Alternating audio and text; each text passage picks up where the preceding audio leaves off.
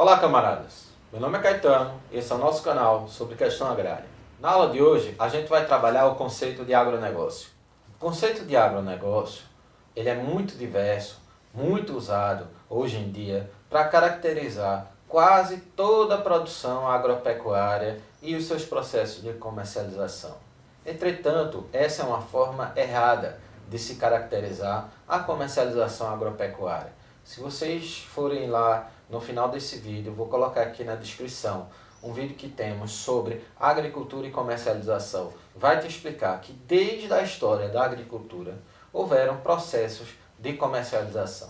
Então, o que caracteriza a agricultura dentro da sociedade capitalista é o processo de produção e não o processo de comercialização. E, portanto, o agronegócio ele deve ser visto não como uma forma de comercializar a agropecuária, mas sim como uma forma de produzir. Portanto, o agronegócio é sim um modo de produção. Por agronegócio se entende todo um processo de adição de produção industrial no processo agropecuário que foi realizado nos Estados Unidos, principalmente na década de 50 e no Brasil a partir da década de 60. Então esse processo de uso de tratores, de uso de fertilizantes químicos, de uso de agrotóxicos, de uso de maquinário agrícola, isso modificou a forma de se produzir a agropecuária em escala global. Então agronegócio foi chamado durante muito tempo de Revolução Verde. Por que esse termo Revolução Verde?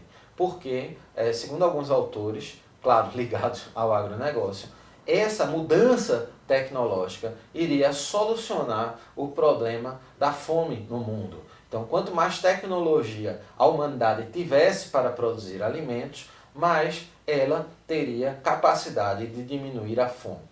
O problema é que hoje em dia a gente não vê a fome do mundo diminuindo, pelo contrário, aumentando. E isso é certamente um dos efeitos da Revolução Verde que a gente vai falar mais adiante. Então, antes disso, vamos então tentar compreender como é que o agronegócio se insere no Brasil em termos históricos. E para isso, dentro dos princípios do materialismo histórico dialético, é importante que a gente entenda que a produção agropecuária no Brasil, ela nasce a partir de um modelo escravista e colonial, logo nas primeiras décadas da colonização, a partir de 1500, com a invasão portuguesa no Brasil. Esse modelo escravista, ele vai ser um modelo que vai perdurar de 1500 até 1888. Entretanto, ele começa a entrar em declínio a partir do ano de 1850, quando é prolongada uma lei que vai pôr um fim lento e gradual ao escravismo brasileiro, que é a Lei Eusébio de Queiroz, e uma outra lei que vai modernizar a titulação da propriedade no Brasil, que é a Lei de Terras de 1850. Então, gente, a gente vai ter um vídeo só para falar sobre o escravismo e a forma de produção colonial, só para analisar os detalhes históricos desse processo, que é um processo muito denso, muito complexo e que não vai dar aqui para a gente estar tratando e entrando em detalhes num vídeo de 10, 15 minutos. Mas o que é importante que você veja, que houve, depois que a escravidão termina, um longo processo de transição, até chegarmos ao que a gente pode caracterizar mais ou menos como uma agricultura capitalista e uma pecuária capitalista no Brasil. Então o Brasil até termina com a escravidão oficialmente em 1888, só que a forma de produção que entra no lugar da escravidão não é uma forma de produção autenticamente capitalista.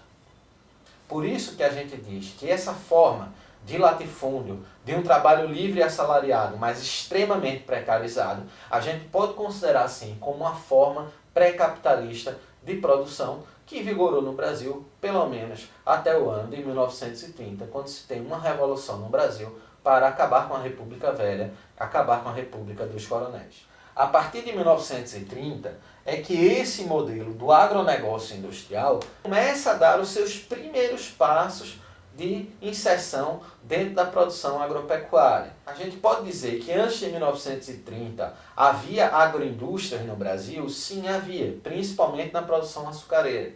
O processo de modernização técnica da produção açucareira, ele é um processo que vem do século XIX.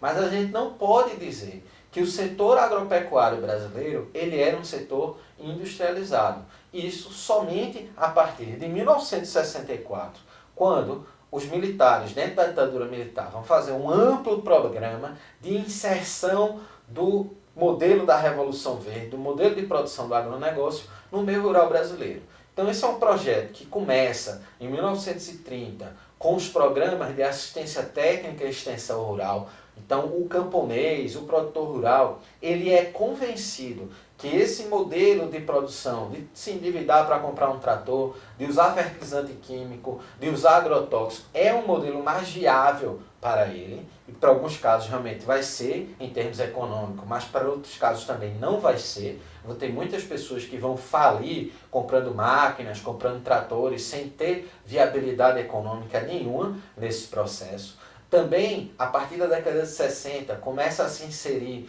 vários cursos no Brasil de agronomia, de zootecnia, de veterinária, cursos técnicos que vão também ensinar os técnicos agrícolas e a população rural como um todo que a forma correta de produzir é essa forma que é o modelo de agronegócio. Essa forma de produção do agronegócio que se insere no Brasil, principalmente no período da ditadura militar, ela era um tipo diferente do agronegócio que a gente tem hoje. Por quê? Porque era um modelo industrial do agronegócio. O que é que isso quer dizer?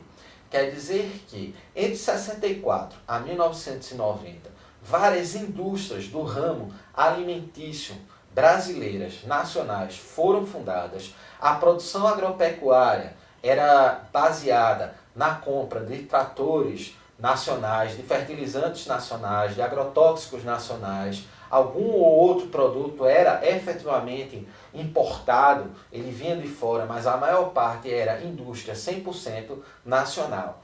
Entretanto, depois de 1990, com o processo de globalização, essas indústrias nacionais elas começam a falir. E algumas empresas que atuavam no ramo do agronegócio de forma industrial, elas passam em escala global a se fundir uma com as outras, transformando-se não mais em indústrias do agronegócio, mas sim em multinacionais do agronegócio. E essa é a história da Nestlé, é a história da Monsanto, é a história das empresas de trator, é a história de empresas de ração e uma série de setores industriais que passam ou a se fundirem a uma multinacional ou a falirem por conta da concorrência desleal com empresas multinacionais. Esse modelo de agronegócio industrial, ele vai durar no Brasil até a década de 90. O que é que vai ocorrer nessa década? O agronegócio vai acabar? Não, não vai acabar, mas vai se modificar.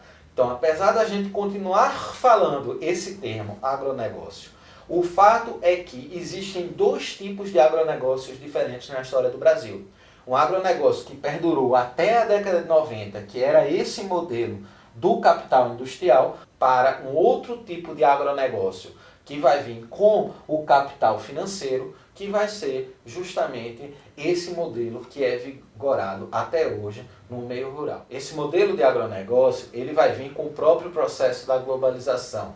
Aqui em Pernambuco, por exemplo, você tinha uma indústria leiteira que é fundada justamente dentro desse modelo do agronegócio industrial, ou seja, vamos então modernizar a produção de leite do estado. Então, no lugar de você ter o leiteiro que vai passar na rua com uma garrafa de leite e vai bater na casa, não. Você vai ter uma indústria que vai comprar o leite do produtor de leite e vai beneficiar esse leite e entregar esse leite para a rede de supermercados e para padarias venderem ao mercado consumidor de Recife. O nome dessa indústria leiteira que tinha aqui no estado de Pernambuco, ela se chamava Silp. O que é que vai acontecer com a Silp na década de 90? Vai ser privatizada. Ela vai ser vendida a uma multinacional italiana chamada Parmalat, que vai comprar a Silp e ao mesmo tempo encerrar várias das fábricas de beneficiamento da Silp. Então você vai ter um capital de uma multinacional que vai entrar e que vai destruir esse capital industrial do agronegócio. E várias empresas do setor industrial agrícola brasileiro vão falir nessa época e outras também vão se transformar, principalmente a partir dos anos 2000, em multinacional. Então, exemplo da JBS, por exemplo. A JBS é uma empresa, uma indústria que vai conseguir, quando migra para esse modelo de agronegócio financeiro, ela vai conseguir se inserir no mercado global de alimentos e se tornar automaticamente uma multinacional no setor de alimentos. A inserção das multinacionais no setor agropecuário brasileiro não vai ser somente isso que eu estou falando a nível de concorrência de produtos. A gente vai ter uma inserção muito forte na forma de produção efetiva. Então, em termos de ração, em termos de maquinário, em termos de agrotóxico, em termos de sementes, você vai passar a ter empresas multinacionais que vão se inserir no setor do agronegócio brasileiro e vão conquistar o monopólio da produção. E isso também é notado na própria questão da rede de supermercados. Então, a rede de supermercados passou a ser também um setor muito forte do agronegócio global. Então, você tem duas multinacionais, que é uma chamada Carrefour e outra Walmart, que praticamente também monopolizam a parte de mercado de varejo. Então, você vai ter uma inserção desse capital financeiro das multinacionais, seja na parte mais básica da plantação agropecuária, como é o caso das sementes, dos agrotóxicos, do maquinário agrícola, até a parte do beneficiamento da produção e até mesmo na parte da comercialização. Então, esse capital financeiro ele vai dominar o setor agropecuário brasileiro em todas as suas esferas produtivas. O processo de transição, portanto, desse modelo do agronegócio industrial para o modelo do agronegócio do capital financeiro, ele se dá por diversos fatores. Ponto 1, a compra de ações dessas empresas que atuavam no setor agropecuário por multinacionais. Ponto 2, a dolarização da economia mundial. Ponto 3, a maior abertura econômica que vai se ter no mundo inteiro por conta do processo de globalização. Ponto 4, uma maior dependência da agricultura ao crédito bancário. Ponto 5, o abandono de políticas de proteção à produção agrícola nacional. Ponto 6, a compra de terras no Brasil por várias empresas multinacionais, que vai aquecer o mercado de terras e vai elevar o preço da terra, e a própria terra vai passar a se transformar aos poucos numa commodity agrícola global. Ponto 7, o investimento em biocombustíveis. Ponto 8, a internacionalização dos preços dos produtos agrícolas e, consequentemente, também a internacionalização dos preços dos insumos agrícolas. Ponto 9, a privatização da pesquisa na área da agropecuária, que antes era feita por universidades e agora vai passar a ser feita pelas próprias multinacionais. Ponto 10, o próprio aumento da produção agropecuária.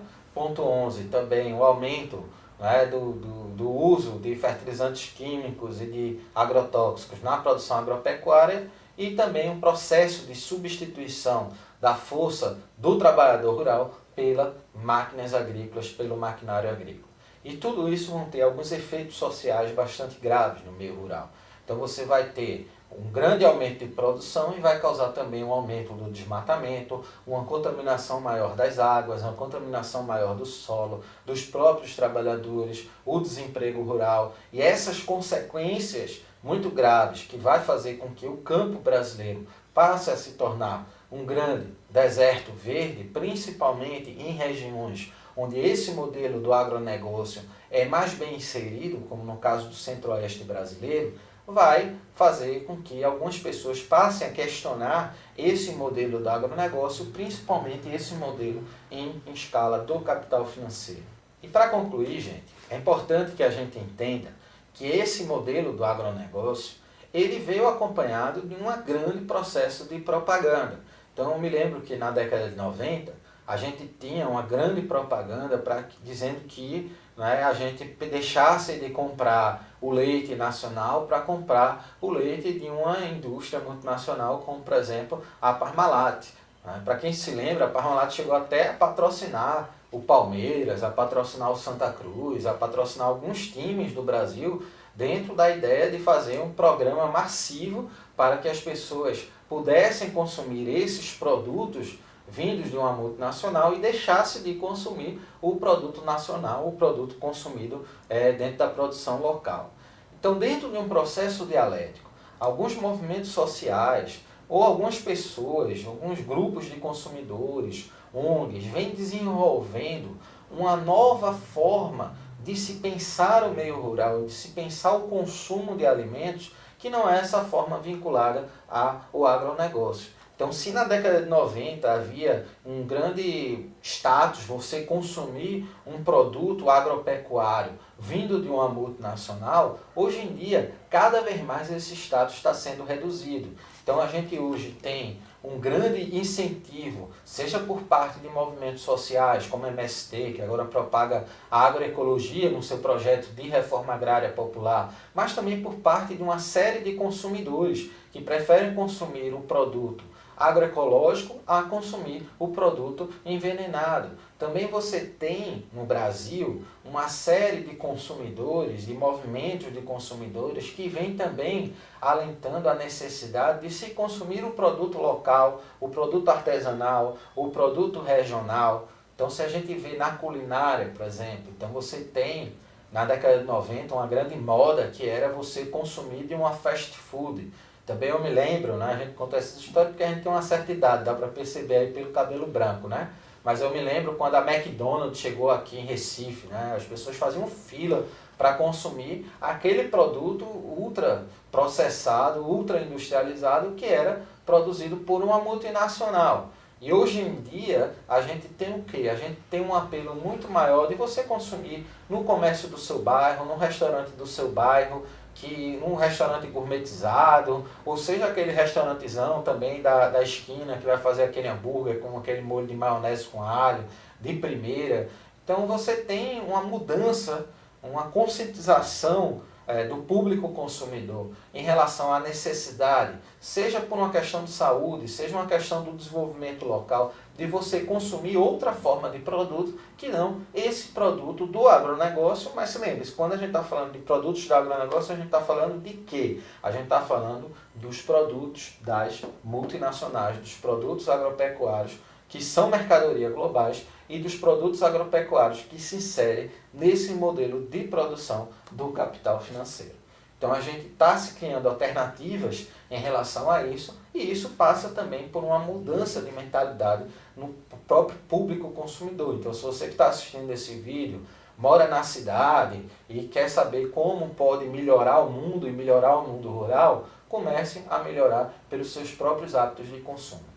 Consuma da empresa pequena, consuma da produção agroecológica, consuma da produção local, e conheça quem é o produtor que leva a comida à sua mesa. Então isso são formas de você mudar o seu hábito, ter uma vida mais saudável, ter uma mudança numa qualidade muito maior na comida que você está comendo e também ajudar a construir um mundo melhor. Então é isso, gente. Muito obrigado e até o próximo vídeo.